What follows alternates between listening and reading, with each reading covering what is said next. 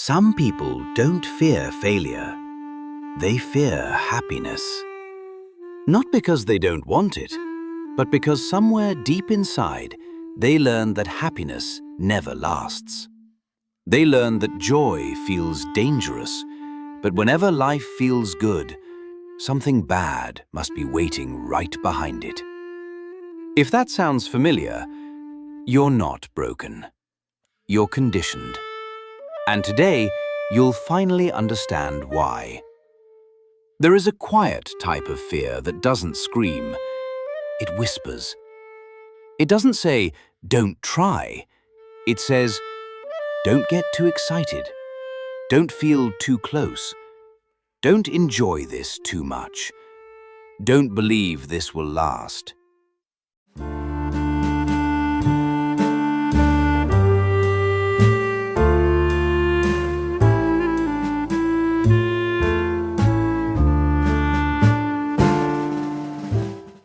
This is the psychology of people who are afraid to be happy. From the outside, these people look calm, balanced, responsible, emotionally stable.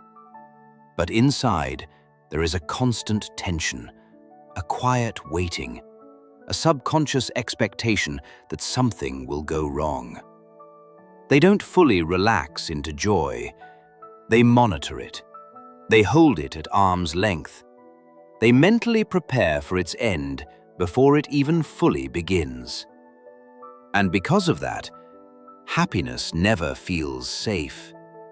Most people think fear of happiness makes no sense. Who would be afraid of feeling good? But the human brain doesn't fear pleasure. It fears loss. It fears contrast. It fears the emotional crash that follows emotional highs. For some people, happiness is not tied to peace. It's tied to punishment. If you grew up in an environment where every good moment was followed by chaos, every calm phase was followed by conflict, every moment of closeness was followed by abandonment, your nervous system learned a dangerous equation. Happiness equals warning signal. Not safety, not comfort, not stability, a warning. Your brain became a survival machine, not a joy machine. It learned to scan for danger the moment life started feeling light. So now, even in adulthood, when nothing is actually wrong, you still feel uneasy when things go right. You feel suspicious of peace. You feel tense in comfort. You feel restless in stability. You start self-sabotaging, not because you hate happiness, but because your nervous system doesn't trust it. Some people chase happiness desperately. Others run from it quietly. They avoid deep love. They downplay success. They numb excitement. They imply wins. They shrink joy before it can grow. Not because they're ungrateful, but because their body associates happiness with pain that always comes after. This is why some people feel emotionally safer in sadness than in joy. Sadness is familiar. Pain is predictable. Disappointment feels controllable. But happiness feels like standing on thin ice. And over time, you stop asking for more. You stop dreaming big. You stop hoping freely. Not because you don't desire a better life, but because you don't want to awaken the fear that follows hope. This fear doesn't show up loudly. It shows up as overthinking good moments, bracing yourself after compliments, feeling empty after achievements, feeling guilty for feeling good, feeling tense during peace. And the most dangerous part? You start calling this normal. Many people who are afraid to be happy become extremely capable, hard-working, independent, reliable. They become the ones others lean on. Because productivity feels safer than pleasure. Control feels safer than emotional openness. Being useful feels safer than being vulnerable. But inside, there is emotional starvation. Not because life gave them nothing, but because they never fully allowed themselves to receive. There is a trauma hidden inside the fear of happiness that few people talk about. It is not always about abuse. Sometimes it is about emotional inconsistency, unpredictable love, care that came and disappeared, affection followed by silence, approval followed by withdrawal. This confuses the emotional brain. It teaches the child that good feelings are not stable, they are temporary. And temporary pleasure feels threatening to the nervous system. So, as an adult, you stay alert during joy. You dampen excitement. You avoid celebrating too fully. You prepare for loss before it arrives.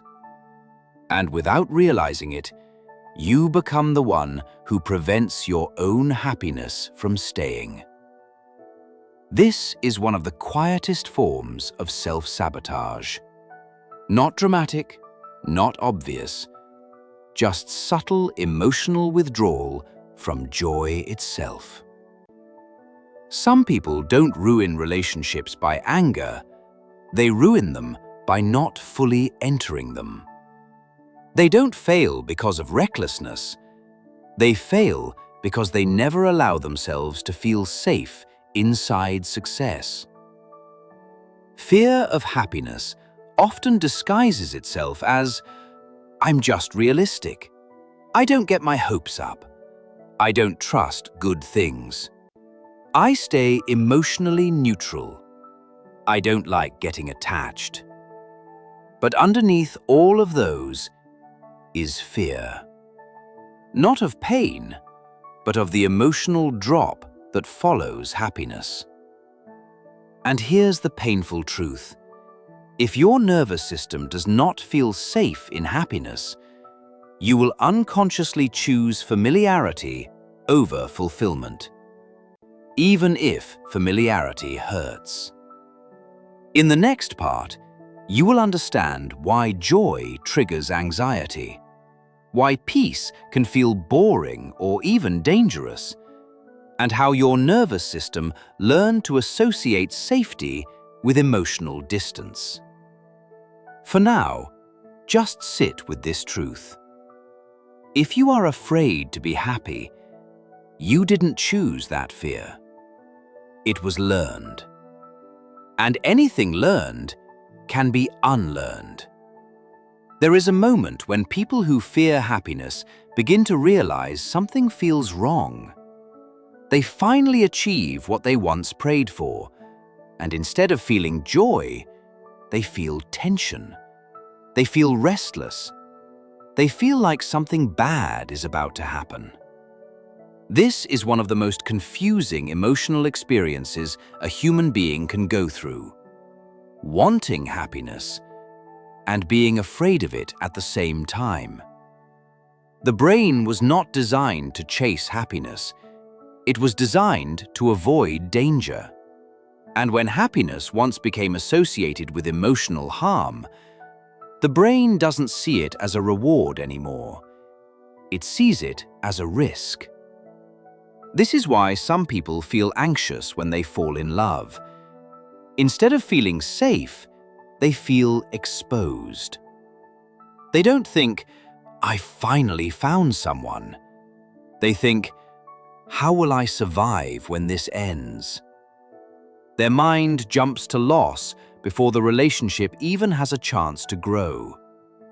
They mentally prepare for heartbreak while others are still celebrating connection. You can often recognize these people by how they speak. They say things like, "I don't get attached. I don't expect anything. I keep my expectations low." I don't let myself get too excited.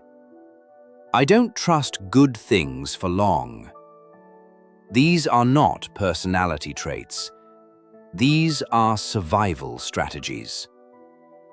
The fear of happiness is actually the fear of emotional whiplash, the fear of going from high to low too fast. For some people, the emotional crash after happiness was so painful, their nervous system decided it would never let them rise that high again. This is why you may notice a strange pattern in your life. Every time you start to feel truly happy, something inside you pulls back. Every time life begins to feel easy, you feel uneasy. Every time you get close to someone, you create distance. Not because you are broken, but because your nervous system still thinks happiness is unsafe territory. Some people mistake this fear for maturity. They say, "I'm just realistic. I don't believe in fairy tales. I stay grounded." But emotional numbness is not realism. It is emotional armor. Over time, this fear changes the personality. You become hyper-independent, emotionally guarded, overly self-controlled, low maintenance, hard to read. People may describe you as calm, but inside, everything feels tight. You may not even realize how much happiness you are withholding from yourself, until a moment arrives where you finally let go, and the happiness overwhelms you with fear instead of peace. This confusion is one of the loneliest emotional battles, because no one around you understands what you're fighting. They say, "You should be grateful. You should be happy. You're overthinking." But gratitude does not silence a dysregulated nervous system. The body does not respond to logic. It responds to memory, emotional memory, nervous system memory. And that memory remembers pain after joy. This is why fear of happiness often leads to emotional self-sabotage. You delay commitments. You keep backup exits. You don't fully celebrate wins. You don't fully trust peace. Because if you never fully arrive, you never fully have to grieve when it disappears. But there is a cost to this way of living. You survive, but you don't fully live. You endure, but you don't fully receive. You function, but you don't fully feel. Over time, this creates a strange emotional emptiness. Not sadness, not depression, just the silent sense that something is missing. And what's missing is the part of you that once believed happiness was allowed. The part of you that once hoped freely, before hope became dangerous. In the next part, you will understand how this fear rewires your relationships, why you attract emotionally unavailable people, why joy feels intense but temporary, and how the nervous system slowly learns to trust happiness again. You are not broken for feeling this way. You are responding exactly as your past taught you to. And that means healing is not a fantasy, it is a process. People who are afraid to be happy do not just fear joy, they fear intimacy. Because intimacy is where happiness becomes real. It is also where loss becomes possible. This is why many of them unconsciously choose emotionally unavailable people, partners who cannot fully commit, who keep distance, who remain just out of reach. On the surface, this looks like bad luck, but emotionally, it feels safer. Because loving someone who cannot fully receive you guarantees the relationship will never go deep enough to truly destroy you. This is not self-protection. It is emotional exile. You get closeness without safety, connection without grounding, desire without rest. This is also why people who fear happiness often feel intense attraction at first and overwhelming anxiety afterward. The nervous system confuses emotional intensity with danger. Because in the past, strong emotions were followed by emotional injury. So now, the body reacts to excitement as if it were a threat. Butterflies start to feel like warning signals, not anticipation. This creates a painful internal conflict. You crave closeness, and you push it away. You long for connection, and you doubt it.